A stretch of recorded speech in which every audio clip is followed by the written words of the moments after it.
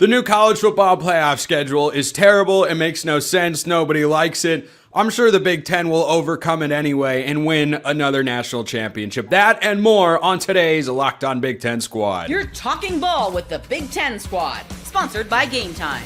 From USC to Ohio State, from Michigan to Oregon, from Nebraska to Washington, it's the local experts of the Locked On Podcast Network bringing you scoops, breakdowns, and the most comprehensive preview of the upcoming Big Ten weekend. No hurt feelings and thin skin allowed. Squad up, you're part of the Big Ten Squad.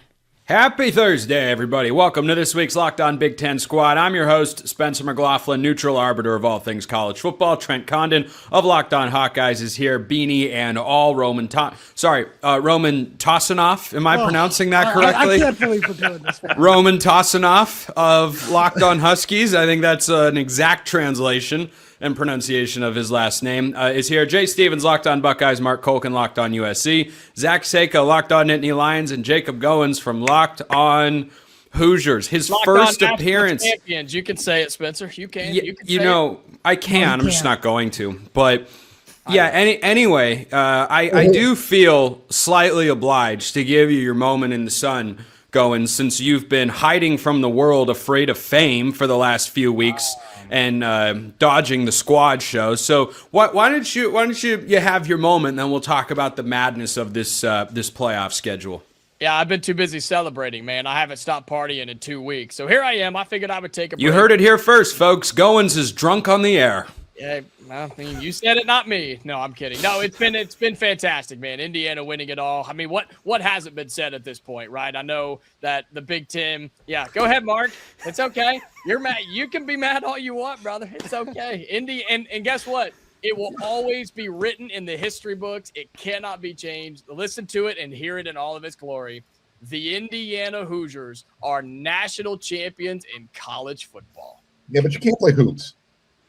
You're right. You can't. What does that matter? Right. They won 16-0. Yeah, whoa, hey, Mark. We're keeping this is a football show. This is a football conference where we've won 3 straight national championships. Meanwhile, can anyone name the last Big Ten national champion in men's basketball? Michigan State. Michigan State 2000. 2000. Very good. Trent, our resident historian. Have you won a wrestling title? I didn't think so. Yeah. How many programs on this this squad have a wrestling program? I think. Jay, come on. Ohio State's number 2. They're ranked number 2 right now. All right, I'm just checking because that's not a West Coast thing, and we've taken over the last couple of weeks on the squad show at the very least. With the college wrestling beat, Roman, is that what you're saying? That's what I'm saying. Yes. I mean, to be fair, I don't know if any of you have looked at this. I have, because I might not have much of a life. But when Seiko talks wrestling, it goes crazy on his channel. As crazy as Indiana when Goins won it all.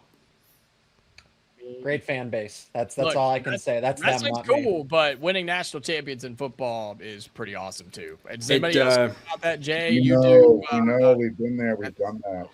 You're back in like the 70s, Mark. No, we're talking like right now, dude. We're talking 2025, 2026 national champions. You know what I feel like in this conversation? That Michael Scott meme of national champions. Would love to be a part of one day.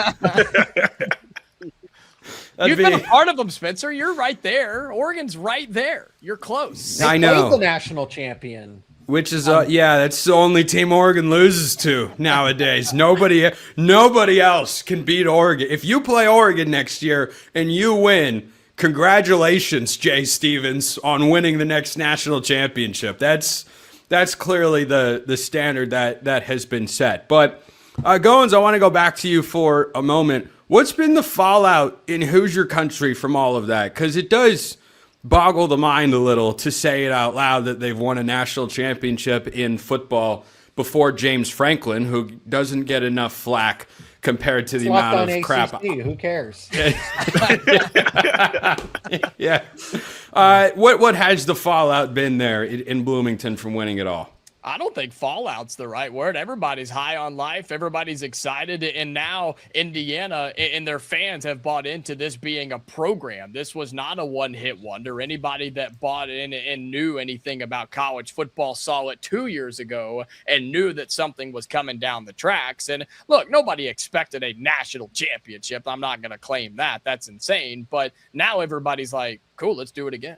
You went and got a great transfer portal class. Your recruiting class is top 30, and everybody's bought in. Both coordinators come back, and it's like, man, let's do it again. I think Indiana has a chance to do that. The Big Ten is as good as it's ever been, and Indiana's at the top of it. So, no, I wouldn't say fallout. I think everybody's ready to go, and as they wean down the celebration from this year, they're already hungry for next year. Trent, you know what you and I have in common? We can metaphorically hang a banner of our own. Played the national title winner pretty close at home. Hello. Gosh, Seiko, I forgot. Yeah, there's another one. There's another one. Sorry, I forgot about that. That's how many SC top 10 catches to beat Penn State.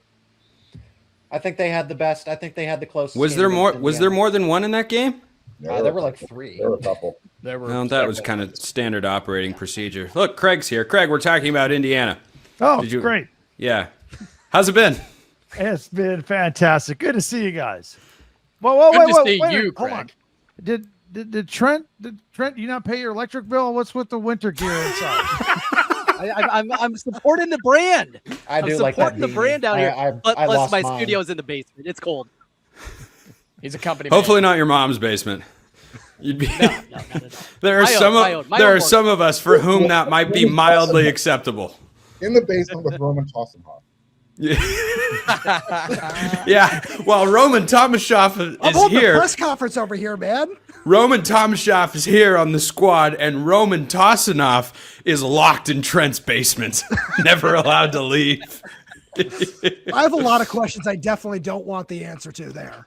Well, see, this is the place to ask questions you don't want the answer to, Roman. This is the environment to do it in, quite frankly.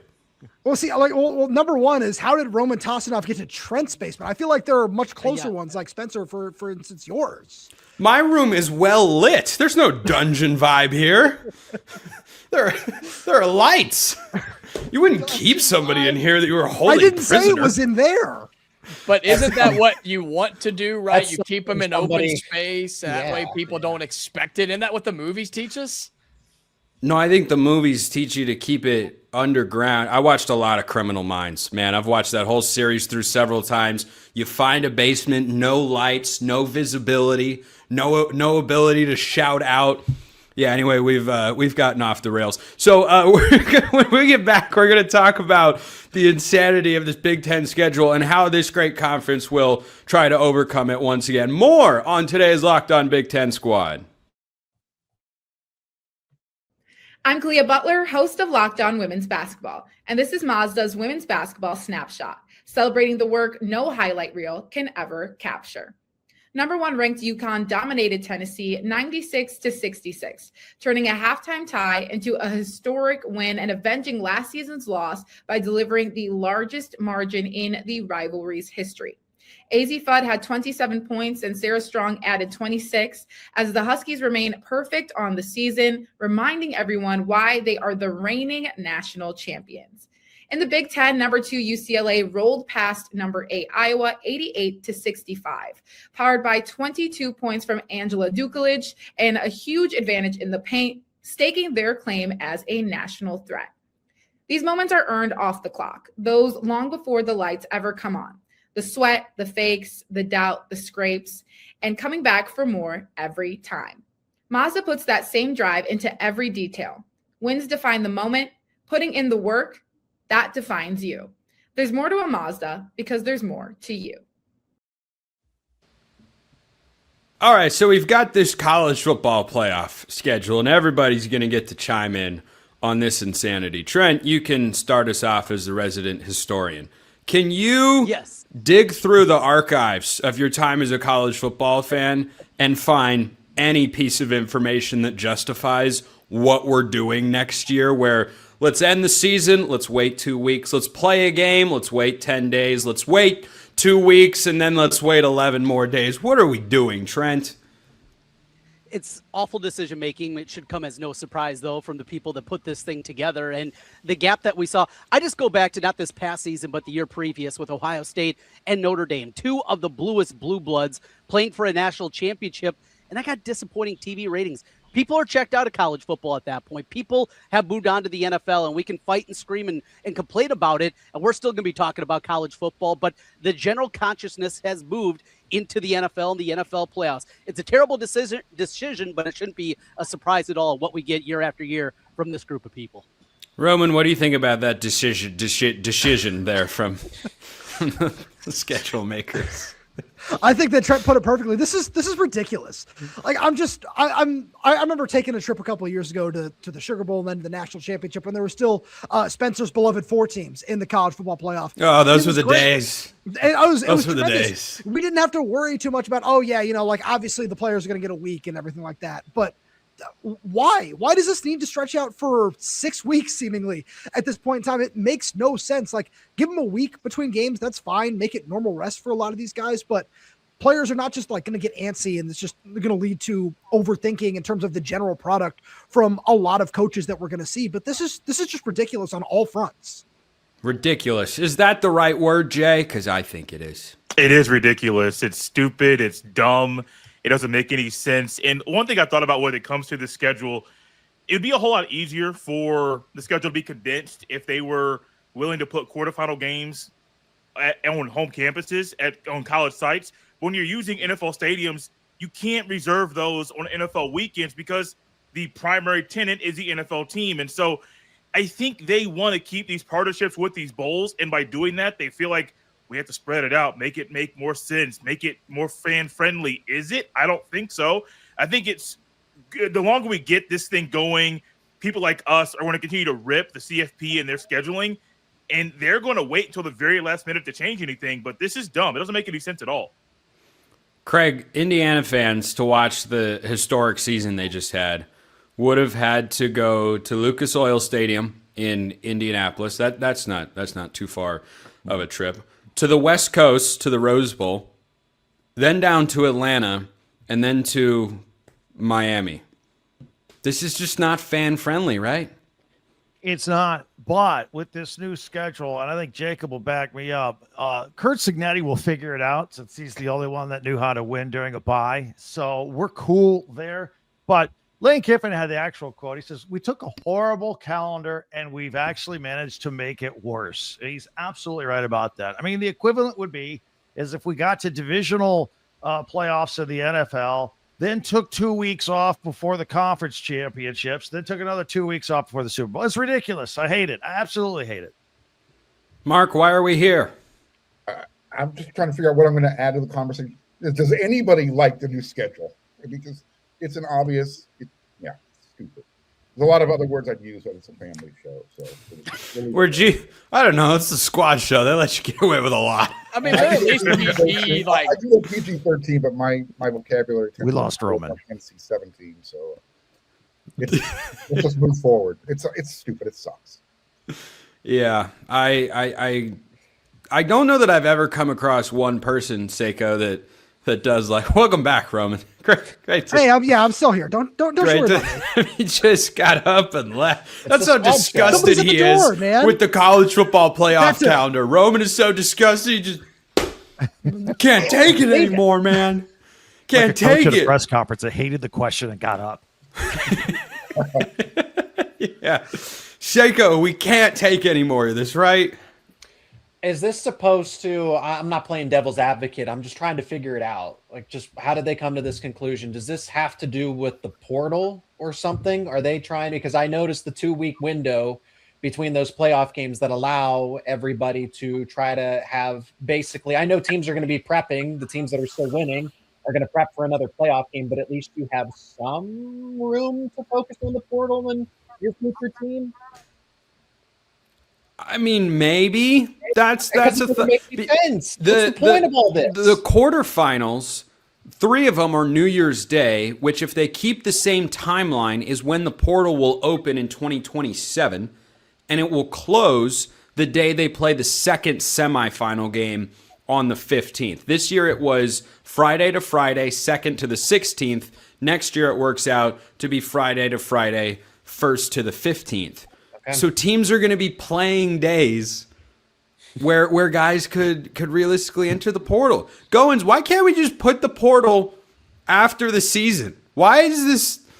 I don't understand. I don't get why it's hard. Education. It would make too much sense, right? That would be too good for the sport of college football. And to Seiko's point of trying to figure all this out, somebody mentioned, it may have been Jay who talked about the NFL stadiums. Look at what just happened to college football. They took a game off of New Year's Eve because the NFL said, that's cute, but we want to play that day, so deal with it. And college football said, I guess you're right. I guess we'll move. The NFL has completely overturned and overwritten all these unwritten contracts and unwritten negotiations, right? NBA used to have Christmas Day. NFL had Thanksgiving Day. College football had New Year's Eve, New Year's Day. The NFL realized our ratings are great. I think Mark mentioned that too.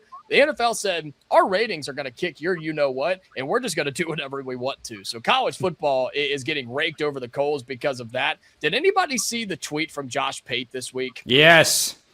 Yes, go ahead and explain for those who don't know, Goins. Josh Pate says this. He says, how insane is the 2026 college football calendar? He said Saturday, November 14th. Picture that in your brain. Saturday, November 14th, week 11 of the college football season will mark the mathematical halfway point between week 1 and the national championship game. Yeah, that's lunacy. Crazy. Well, hold on. I want to touch on something that Seiko was saying, because he does bring up a good point when you talk about the academic calendar. Because Jacob, you're right. The NFL still is screwing college football in 6 different ways with all this. But I think that the academic calendar does play such a big part in this. And it's one thing that Jed Fish has talked about a lot, where he wants to see the transfer portal move to like after spring ball, where it's one thing where I think that'd be really interesting when it gives guys time to enroll, because it also just points out the differences in quarter schools versus semester schools. And you have to factor that in when it comes to the portal as well. But I think that that's something where the fact that we still don't have a uniform answer on this, and it doesn't feel like that's anywhere close to being decided as it pertains to the portal or the schedule or anything else, is just exhausting at this point in time. That idea was so good, it turned Mark into a Babe Ruth bobblehead. Well, no, because that's pretty much what I was going to say. You know, the TV networks have way too much sway in this argument. And to what Roman just said, it's all about the academic calendar. So move the transfer portal to after the spring. That way, everybody's got a chance to kind of get their ish figured out. You know what your roster is, recruiting isn't affected. You can focus your team on the postseason. Everything just kind of has a nice, smooth transition before you go through free agency for a couple of weeks. And on top of that, too, something that Spencer would appreciate is you don't have to worry about coaches that are in the playoff that are taking other jobs that have to recruit the portal on top of that, too. Yeah, I do appreciate that point. I was about to give you flack for you thinking that you know me, the audacity of the. I'm making a note of that. That was a good point. I think the pushback, though, as much as we in the content space love and miss the post-spring portal, I mean, whoa. That was the good stuff. I can't get enough. Bring it back. Bring it back. The objection, I think, from coaches for a post-spring portal is that you have to go through spring ball thinking about what guys might go in the portal. Rebuild your team. I got to play this guy in the spring game, or I got to give him more reps at practice before. I think you can put the portal at the end of January. I think this whole idea of we got to adhere to the academic calendar. No, we don't. We don't. Then it's professional. It's professional sports. Yeah, which is what it is. You can also process the players out. The coaching staff knows who's going to be a contributor and who's not. So if you need part of that to go on, let's just start treating these young men like the professionals they believe they are. Yeah. You know what? You had your chance. You're not going to be a contributor here. There's the door. But the problem with that, though, is it's not even about who you think or who you know is a contributor or not. But now with all of the NIL and tampering allegations, not even allegations, just tampering in general, it's, okay, I have a starting corner. for now, until somebody comes calling and says, we want you. And he goes, cool, I'll leave. And then you're screwed if the portal is after the spring. You see what I'm saying? So there's no winning with the portal. There's just no way to win. There's not. It's just the least evil. Which one's the least evil? Probably after spring ball. Yeah.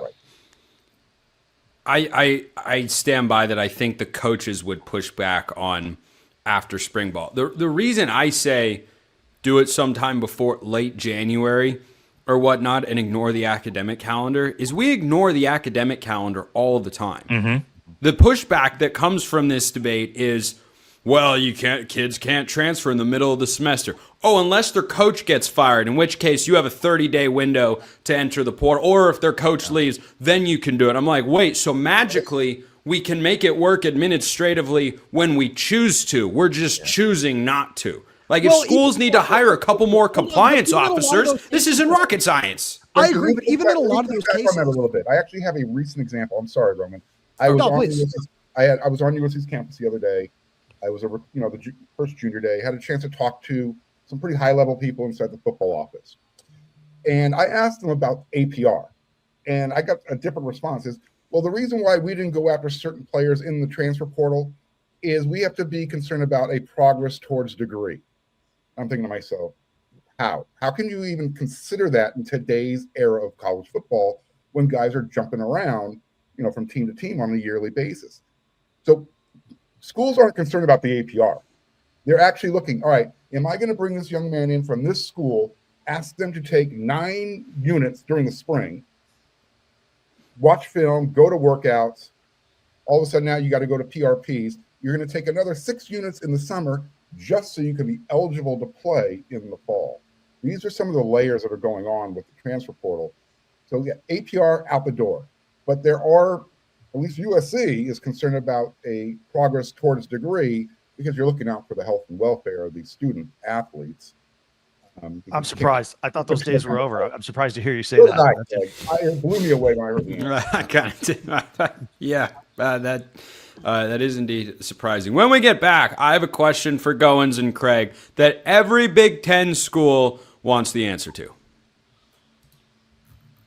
First, this episode brought to you by our friends at Indeed. Hiring isn't just about finding someone who's willing to take the job. It's about finding the right person with the right background who can actually help your business move forward. And if you want candidates who match what you're looking for, Indeed Sponsored Jobs is the move. Because with Indeed Sponsored Jobs, instead of hoping the right person stumbles across your post, Indeed helps you match with quality candidates by boosting your job listing to the people who fit your specific criteria, like skills, certifications, and location. If we were going to hire somebody, say a producer to run and edit this show, RIP Brandon, not actually, he's fine, he's just not working on this show anymore, we'd want someone who could do more than just help. You want someone who can bring real experience and jump right in. Here's a stat that says it all. In the minute I've been talking to you, companies like yours made 27 hires on Indeed, according to the Indeed data worldwide. So if you're hiring, spend less time searching and more time interviewing candidates who check all your boxes with Indeed Sponsored Jobs. Listeners of the show will get a $75 sponsored job credit to help get your job the premium status it deserves at Indeed.com/podcast. That's Indeed.com/podcast. Terms and conditions apply. Hiring, do it the right way with Indeed. This episode also brought to you by our friends over at Game Time. There's nothing like an NBA arena. The crowd, the energy, the moment. Getting tickets, though, that part hasn't always been so simple. That's why Game Time has become the go-to app for scoring tickets fast, without the hassle. It puts the advantage back where it belongs with the fans. I've used Game Time myself to go to college football games, to go to college basketball games, to go to shows and comedy events in Vegas, and I've had a great experience every time. I have saved money every single time compared to other ticketing services. And I know because I looked. Game Time is simply the best for a lot of different reasons. You want to go and check them out, including the all-in pricing up front. Take the guesswork out of buying NBA tickets with Game Time. Download the Game Time app, create an account, use code LOCKEDON for $20 off your first purchase. That's code LOCKEDON, like the name of this network, for $20 off. Download the Game Time app today. And remember, it's gametime.co, not .com. So check them out at gametime.co. Welcome back to Big Ten Squad.co here on the Locked On Network. So, Goins, I want to start with you, Craig. You can follow up. I think every Big Ten team should be wondering this. What voodoo witchcraft did you employ to win in the college football playoff coming off a bye? Everybody else is 0-7, and the Hoosiers are 1-0, and they won by 35 points. So, Goins, what's the secret? Can you tell? Not necessarily, since I'm not, Kurt Signetti, who might be the greatest coach of all time. That's disappointing. I know it's unfortunate, but no, it is fascinating to kind of research and dive into this and look at why Indiana did it and nobody else has been able to. And like you said, Indiana didn't just scrape by; they dominated. I do think opponent has a little to do with it, but you're talking 7 other instances where teams lost coming off the bye, and I just think it's the standard. I think it's the program that Kurt Signetti's running. And look, all these teams are practicing hard. They're watching film. They're eating right. They're doing all the things. I just think Indiana has found what works. And I think they have guys that buy into that, even though they understand they may not be the highest ranked guys in the world. They all come into Indiana. They know they can win and nobody else believes in them, and they simply didn't care. So, Craig, I'll let you chime in here too. I just think Indiana knew they were the best team in college football and they weren't worried about it. I think Signetti, one of his strengths that is not talked about is he is dialed into his team. He knows when to light them up. He knows when to give them a hug. He knows how to manage their time leading up to a game. He knows when to throw his eyebrow at him. He knows when to scowl at him. And I just think that's one of his strengths. And I think he knew how to ramp this team up after, they had a 25-day layoff and up to about day 17 and then get into game week mode. I just think he had it dialed in. That's all. I think it's as simple as that when we're talking about that component of it. Roman, how does Washington get the opportunity to have a bye in the playoff? Oh, man, that's a very fun question where it's all about just finding more ways to take a step forward this season, because I think that Washington has done a really good job recruiting in the high school ranks, especially where I think that the offensive line can take another big step forward this season. And I think that if it happens in 2026, it's going to be off the back of the defense and Ryan Walters, who came in and did such a tremendous job overhauling that unit in his first season. And in year 2, if this defensive line takes a step forward, I love what Washington has coming back at linebacker and in the secondary as well. You add Emmanuel Carnley from Virginia in the transfer portal, combined with a freshman All-American in Ryland Diller-Down, combined with an All-Big Ten honorable mention in Alex McLaughlin, and a dude in Dylan Robinson, whose first career start came against Jeremiah Smith and Carnell Tate. And I think when you go back, you look at the film, he held up decently well in that game. They didn't necessarily attack him as much as I would have expected. Did he hold him to a combined 250 yards and 3 touchdowns or something? Less than that, yeah. Oh, wow. That's pretty good. It's very impressive. Yeah, no, absolutely. But I look at what Washington can do in 2026, and if DeMond Williams takes a step forward, combined with all of the other expectations around him, I feel good about this team potentially making a run and making another improvement on a 9-4 regular season when you include the bowl game. That is actually. How are things with DeMond Williams, by the way? That's actually why I'm sitting here. Here, let me grab this other mic as well. Chemistry matters.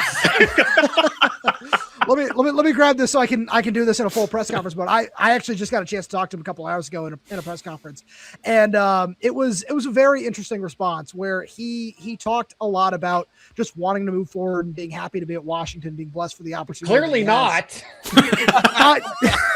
Well, the first thing he said was there's good advice, and then sometimes you get really bad advice. So that was a very interesting way to put that. I think that there's still a very long way to go in terms of repairing everything that happened. And I don't know if today made it smooth over, in my opinion, because I think that DeMond is a very PR trained kind of guy, and he gave a lot of just basic boilerplate answers for everything. And I think he had a great opportunity to really just kind of own up to the moment and say, yeah, I really apologize for what happened. It was a really bad decision, and I'm really excited to move forward, whatever else. But they were all just very, very blank, just kind of overarching statements that didn't really attack one or another area of what happened. He's so jealous of Darian Mensah right now. I know he's fuming. He is fuming. I wonder what the difference was between those two cases. They both got sued. Mark's tired of this conversation. It didn't involve USC. Yeah, it did involve USC for too long. That's on me as the host of the show for not working in USC at least every 3 minutes. He might have had somewhere to be. It's getting close to bedtime over there, but 5 p.m. You're right. it's 5:30. It's 5:30. This is getting late. But yeah, Roman, I'd like you to keep talking about this. Frankly, Seiko, I'm so glad that you brought this up. You mention everybody and then just throw Damon Williams in at the end. Oh, he gets better when his offensive line just says, "Oh, look at this free pass rusher," and he gets absolutely decked in game one. So Mark got USC Trojans, Southern California. It's fantastic. I love Los Angeles. I love the Trojans. They're going to win the national championship with $12 million spent on a recruiting class. Seiko, I think you do bring up a really, really good point. But the biggest question around Washington for the last couple of years had never been what's going to happen at quarterback, because Jed Fish has been propping up Damon since day one. It's always been, how are they going to help him? And when Kalen DeBoer left, the offensive line was torn down to the studs and then some. So I just feel just in a much better place regarding that if Damon Williams continues to show the progression that we saw this past season, where we saw the lows against Oregon, against Ohio State, Michigan, Wisconsin, but we also saw the highs. And if he's able to, who did those lows come against? The elite teams, the best teams in the conference, which was extremely frustrating to see. And then Wisconsin's defense, which has a tremendous front seven. Best teams, yes, Wisconsin. Yeah, Wisconsin's defense, mind you. Top tier. Seiko can play. They were a good 4-8, guys. Okay? They were a good 4-8. Ryan Herrings is with us in spirit right now. Yes. But I think that if we continue to see that progression, the offensive line was always just, okay, how are you going to find a way to protect him? And we saw that group take a big step forward in 2025. And if we see not even as big of a step forward in 2026, that is what I've just been most focused on as to how to help him, because I think there's a lot of unproven talent at receiver, but the talent's there. And I'd say the same thing at running back, especially with incoming freshman Brian Bonner. But I think that there's just all of the Damon stuff, in my opinion, is off the field at this point in time. And if we continue to see a guy who was in his first full year as a starter take that continued step forward on the field, I feel really good about where this team is. Mark, is money ruining college sports? Sure. Says the Oregon host. I just asked a question. I'm just seeking. Well, we're all spending money, but the question is it ruining it? And the answer is yes. I mean, I think if we're being intellectually honest about it, we'd agree with that. You've got the tail starting to wag the dog. You've got players making way too much money at a way too young of age. And if they don't like the way the coach treats them, they're going to take it and go somewhere else to get more money. So yeah, we've got a privileged situation going on right now. Isn't that right, Jay Stevens? All this money in college sports it's just making disaster after disaster. Way too much. I wouldn't say money itself is ruining the sport. The adults in the room are messing things up. You can have money. The money's always been there, but it wasn't used in the same ways that it's being used right now. You think about down south, and they say, well, they won a lot of national championships while they were paying players. Well, all of a sudden, when the adults in the room up north can start paying players, you see what happens. It's the adults and the people that are making the decisions are the ones that are messing up college football. We talked about it earlier with the CFP schedule. The schedule, there's the dates on the calendar. They're the same ones every year. All of a sudden, no, let's spread it out. Let's make it better for competitive balance. That doesn't make sense. But the adults are the ones that are messing things up. I don't like the adults continue to do what they're doing and put their own interest in front of us and say, oh, this is what we think is best. When everyone says it's not what's best for the sport, they still believe it is. I don't think the money itself is a problem. It's the adults in the room and how they're using the money is messing up the sport. Jay with some slanderous comments. Nick Saban made it very clear they didn't pay players. Said so on game day. I think we should take him at face value. I mean, they just don't seem like that kind of program that would deal out a few brown paper bags with wads of cash in it. I don't think that ever happened in the SEC. I totally and 100% believe him. I also 100% believe that we're wrapping the Big Ten squad for today. Roman Tomashoff, Locked On Huskies. We had Trent Condon of Locked On Hawkeyes earlier. Jay Stevens, Locked On Buckeyes. Jacob Goins, Locked On Hoosiers. Mark Colkin, Locked On USC. Craig Sheeman from Locked On Big Ten. And Zach Seiko of Locked On Nittany Lions. I'm Spencer McLaughlin from Locked On all over the place. We'll see you next time. And until then, hope you all have a wonderful rest of your day.